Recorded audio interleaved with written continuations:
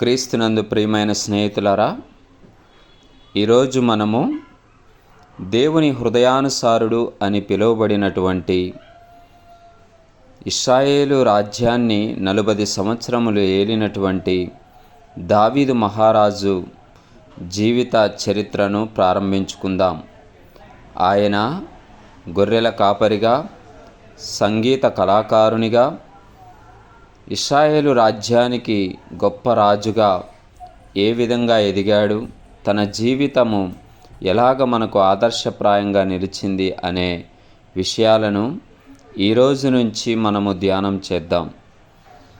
మొట్టమొదటిగా మొదటి సమూయేలు గ్రంథము 16వ అధ్యాయములో ఆయన దేవుని చేత అభిషేకింపబడిన విధానాన్ని మనము చూద్దాం.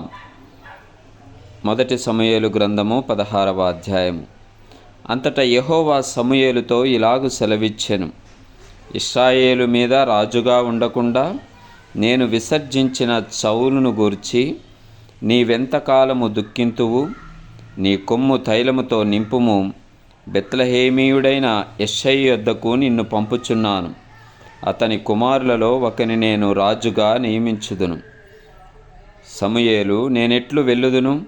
నేను వెళ్ళిన సంగతి సౌలు వినిన ఎడల అతడు చంపుననగా, యెహోవా, నీవు ఒక పెయ్యను తీసుకొని పోయి యెహోవాకు బలిపశువును వధించుటకై వచ్చితినని చెప్పి యెష్షయిని బల్యర్పణమునకు పిలువుము.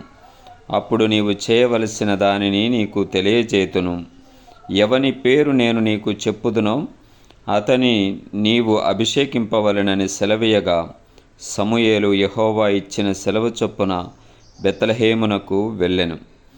ఆ ఊరి పెద్దలు అతని రాకకు భయపడి, సమాధానముగా వచ్చుచున్నావా అని అడుగగా, అతడు సమాధానముగానే వచ్చి తిని, మీరు శుద్ధులై నాతో కూడా బలికి రండని చెప్పి యెష్షయిని అతని కుమారులను శుద్ధి చేసి బలి అర్పించెను. వారు వచ్చినప్పుడు అతడు ఏలీయాబును చూసి, నిజముగా యెహోవా అభిషేకించువాడు ఆయన ఎదుట నిలిచి ఉన్నాడని అనుకొనెను. అయితే యెహోవా సమూయేలుతో ఇలాగు సెలవిచ్చెను, అతని రూపమును అతని ఎత్తును లక్ష్యపెట్టకుము. మనుషులు లక్ష్యపెట్టు వాటిని యెహోవా లక్ష్యపెట్టడు. నేను అతని త్రోసివేసి ఉన్నాను. మనుషులు పైరూపమును లక్ష్యపెట్టుదురు గాని యెహోవా హృదయమును లక్ష్యపెట్టును. యెష్షయి అబీనాదాబును పిలిచి సమూయేలు ఎదుటకి అతన్ని రప్పింపగా, అతడు యెహోవా ఇతని కోరుకొనలేదనెను. అప్పుడు యెష్షయి షమ్మాను పిలువగా, అతడు యెహోవా ఇతనిని కోరుకొనలేదనెను. యెష్షయి తన 7 కుమారులను సమూయేలు ఎదుటకు పిలవగా, సమూయేలు, యెహోవా వీరిని కోరుకొనలేదని చెప్పి, నీ కుమారులందరూ ఇక్కడున్నారా అని యెష్షయిని అడుగగా, అతడు, ఇంకనూ కడసారి వాడున్నాడు, అయితే వాడు గొర్రెలను కాయుచున్నాడని చెప్పాను. అందుకు సమూయేలు, నీవు వాని పిలువనంపించుము, అతడిక్కడికి వచ్చు వరకు మనము కూర్చుందుమని యెష్షయితో చెప్పగా, అతడు వాని పిలువనంపించి లోపలికి తోడుకొని వచ్చెను. అతడు ఎర్రని వాడును, చక్కని నేత్రములు గలవాడును, చూచుటకు సుందరమైన వాడునై ఉండెను. అతడు రాగానే, నేను కోరుకున్నవాడు ఇతడే, నీవు లేచి వానిని అభిషేకించమని యెహోవా సెలవీయగా, సమూయేలు తైలపు కొమ్మును తీసి వాని సహోదరుల ఎదుట వానికి అభిషేకము చేసెను. నాట నుండి యెహోవా ఆత్మ దావీదు మీదికి బలముగా వచ్చెను.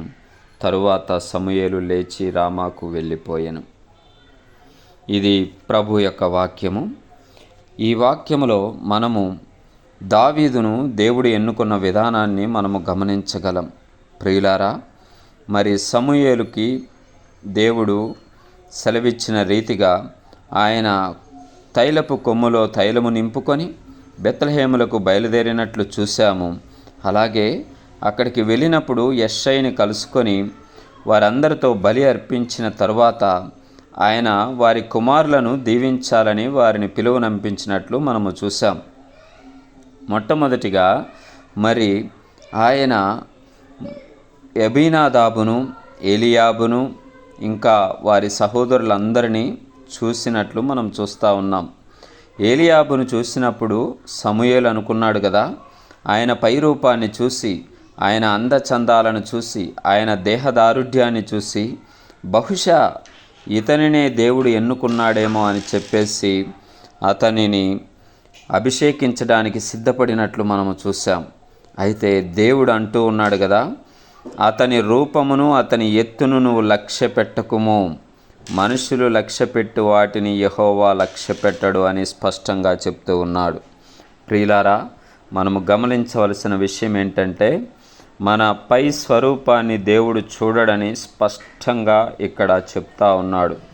ఎందుకంటే మనము పై స్వరూపాన్ని చూసి, దేహదారుఢ్యాన్ని చూసి, వస్త్రధారణ చూసి, తన ఆస్తిపాస్తులను చూసి వీడే దేవుడు ఎన్నుకున్నవాడు అని అనుకుంటాం. కానీ దేవుడు పై స్వరూపాన్ని చూసేవాడు కాదని సమూయేలుకు స్పష్టం చేశాడు. ఆయన హృదయమును లక్ష్యపెట్టును అని స్పష్టంగా అక్కడ రాయబడి ఉంది. ప్రియమైన వారలారా, దేవుడు నిన్ను ఎన్నుకున్నాడు అంటే నీ స్వరూపాన్ని చూసి కాదు, కానీ నీ హృదయాన్ని చూసి ఆయన నిన్ను ఎన్నుకుంటాడు. కాబట్టి హృదయములో, అంతరంగములో దేవునికి ఇష్టడుగా మనము జీవించాలి. అటువంటప్పుడే ప్రభు మనల్ని ఎన్నుకొని అతి తక్కువ స్థాయి నుంచి నిన్ను ఒక రాజుగా నిలబెట్టేంతగా, ఉన్నత స్థలములపై నిలబెట్టేంతగా ప్రభువు నిన్ను హెచ్చిస్తాడు. ఇక్కడ యెష్షయి కుమారులందరూ దేహదారుఢ్యము కలిగిన వారు, గొప్పవారు, చూపునకు ఇంపైన వారు. సమూయేలు అందరినీ చూస్తూ వచ్చాడు. ఇదిగో ఇతన్ని అభిషేకించాలా అని ఒక్కొక్కరిని అభిషేకించడానికి సిద్ధపడుతూ ఉన్నాడు. కానీ దేవుడు ఎవరిని అభిషేకించడానికి ఆయనకి అధికారం ఇవ్వలేదు. ఇంకా వెయిట్ చేసి మరి సమూయేలు అడుగుతున్నాడు కదా యెష్షయిని, నీకు వీరే నా కుమారులు, ఇంకెవరైనా ఉన్నారా అని. అప్పుడు ఆయన చెప్తా ఉన్నాడు, గొర్రెల కాపరి ఒకడున్నాడు, వాడు గొర్రెలు కాయిచున్నాడని చెప్పాను. అప్పుడు సమూయేలు అంటాడు, నీవు వానిని పిలిపించు, అతడిక్కడికి వచ్చేంత వరకు మనము కూర్చుందుమని యెష్షయితో చెప్పాడు. చూసారా, ప్రభు మనల్ని ఎన్నుకున్నాడు అంటే నీ కొరకు రాజులు, యాజకులు, గొప్పవారు సైతము ఎదురు చూసేంతగా నిన్ను దీవిస్తాడు. దావీదు గొర్రెలు కాసుకునేవాడే, అయినప్పటికీ సమూయేలు ప్రవక్త ఆయన వచ్చేంత వరకు కూర్చుంటానని మరి యెష్షయితో చెప్పినట్లు మనకు కనిపిస్తూ ఉంది. ఒకవేళ నువ్వు అనుకోవచ్చు, నా కొరకు ఎవరు ఆగరు, నా కొరకు ఎవరు సహాయము చేయరు, నన్ను హెచ్చించేవాడెవ్వడునూ లేడని. నీవు దేవునికి హృదయానుసారుడిగా జీవించగలిగితే నీ కొరకు యాజకులు, రాజులు, పెద్దలు, నాయకులు ప్రతి ఒక్కరూ వెయిట్ చేసే రోజు తప్పక వస్తుంది. దావీదు జీవితంలో ఆ రోజు రానే వచ్చింది. అప్పటి వరకు గొర్రెలు కాస్తూ ఉన్న దావీదును యెష్షయి పిలువనంపింపగానే సమూయేలు వాని కొరకు ఎదురు చూస్తూ అక్కడే కూర్చుండిపోయాడు. ఎప్పుడైతే దావీదు లోపలికి వచ్చాడో ఆయన రూపాన్ని పరిశుద్ధ గ్రంథం ఇలాగ వర్ణిస్తూ ఉంది, అతడు ఎర్రని వాడును, చక్కని నేత్రము గలవాడును, చూచుటకు సుందరమైన వాడునయ్యుండెను అని. చూసారా, దావీదు చాలా చక్కని వాడని మనం ఇక్కడ చూడగలము. ఆయన నేత్రాలు చక్కని నేత్రాలు, చూచుటకు సుందరమైన వాడు. అతడు రాగానే దేవుని స్వరము సమూయేలుకి వినిపిస్తూ ఉంది, నేను కోరుకున్నవాడు ఇతడే, నీవు లేచి వానిని అభిషేకింపమని యెహోవా సెలవిచ్చినట్లు మనం చూస్తూ ఉన్నాం. ఎప్పుడైతే దేవుని దృష్టికి నీవు అనుకూలమైన వాడుగా, హృదయానుసారుడుగా జీవిస్తావో, నీవెక్కడున్నా సరే, నువ్వు ఎంత దిగువ ప్రాంతంలో ఉన్నా పెంట కుప్పల మీద నుంచి లేవనెత్తే దేవుడు మన దేవుడు. గొర్రెలు కాచుకునేవాడిని సైతము పిలువనంపించి సమూయేలు ఎదుటకు తీసుకొచ్చి దేవుడు చెప్తా ఉన్నాడు కదా, నేను కోరుకున్నవాడు ఇతడే అని. కాబట్టి ప్రియులారా, నువ్వు ఎక్కడ ఉన్నావు అనేది కాదు, ఎవరి దృష్టిలో ఉన్నావు. దేవుని దృష్టిలో ఉన్నావా, మనుషుల దృష్టిలో ఉన్నావా? అది ప్రాముఖ్యమైన విషయం. ఇక్కడ దావీదు యెహోవా దృష్టిలో ఉన్నాడు, దేవదేవుని దృష్టిలో ఉన్నాడు. కాబట్టి దేవుడు తనను కోరుకున్నాడు. ఎప్పుడైతే సమూయేలు ఎదుటికొచ్చాడో, నేను కోరుకున్నవాడు ఇతడే అని ఎంత స్పష్టంగా తెలియచేస్తూ ఉన్నాడు. కాబట్టి వెంటనే సమూయేలు తన తైలపు కొమ్ము తీసి వాని సహోదరుల ఎదుట వానికి అభిషేకము చేశాను. చూసారా, అప్పటి వరకు ఎన్నిక లేనివాడుగా, ఒక చిన్న పనివాడుగా గొర్రెలు కాసుకుంటూ అడవుల్లో అరణ్యాల్లో వెంట తిరిగే దావీదును దేవుడు ఎంతగా హెచ్చించాడంటే, మరి వారికి కలిగిన స్వశక్తితో స్వంత రూపముతో సొంత బలముతో విర్రవీగుచున్న వారి అన్నల ఎదుట దావీదుని దేవుడు అభిషేకించినట్లు మనకు కనిపిస్తూ ఉంది. అంత మాత్రమే కాదు కానీ ఆనాటి నుండి యెహోవా ఆత్మ దావీదు మీదికి బలముగా వచ్చననే మాట మనము చదువుతూ ఉన్నాం. ఎప్పుడైతే ప్రభువు మనల్ని అభిషేకిస్తాడో ఇక దేవుని ఆత్మను పొందుకునే విషయంలో ఎవ్వరును కూడా మనల్ని ఆపలేరు.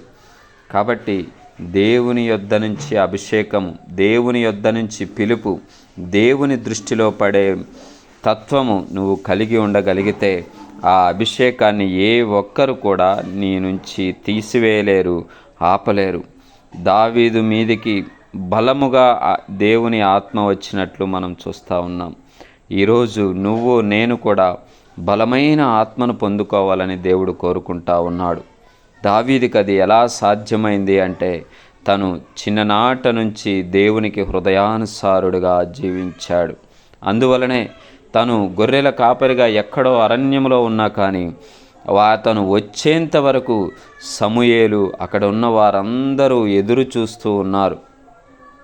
కాబట్టి నీవెక్కడున్నా దేవుడు నిన్ను పిలిచి, నీ పేరు పెట్టి పిలిచి, నేను అభిషేకించుకున్నవాడు వీడే, నేను ఎన్నుకున్నవాడు ఇతడే అని నీ గురించి తను ఎదురు చూసి ఆశీర్వదించునుగాక.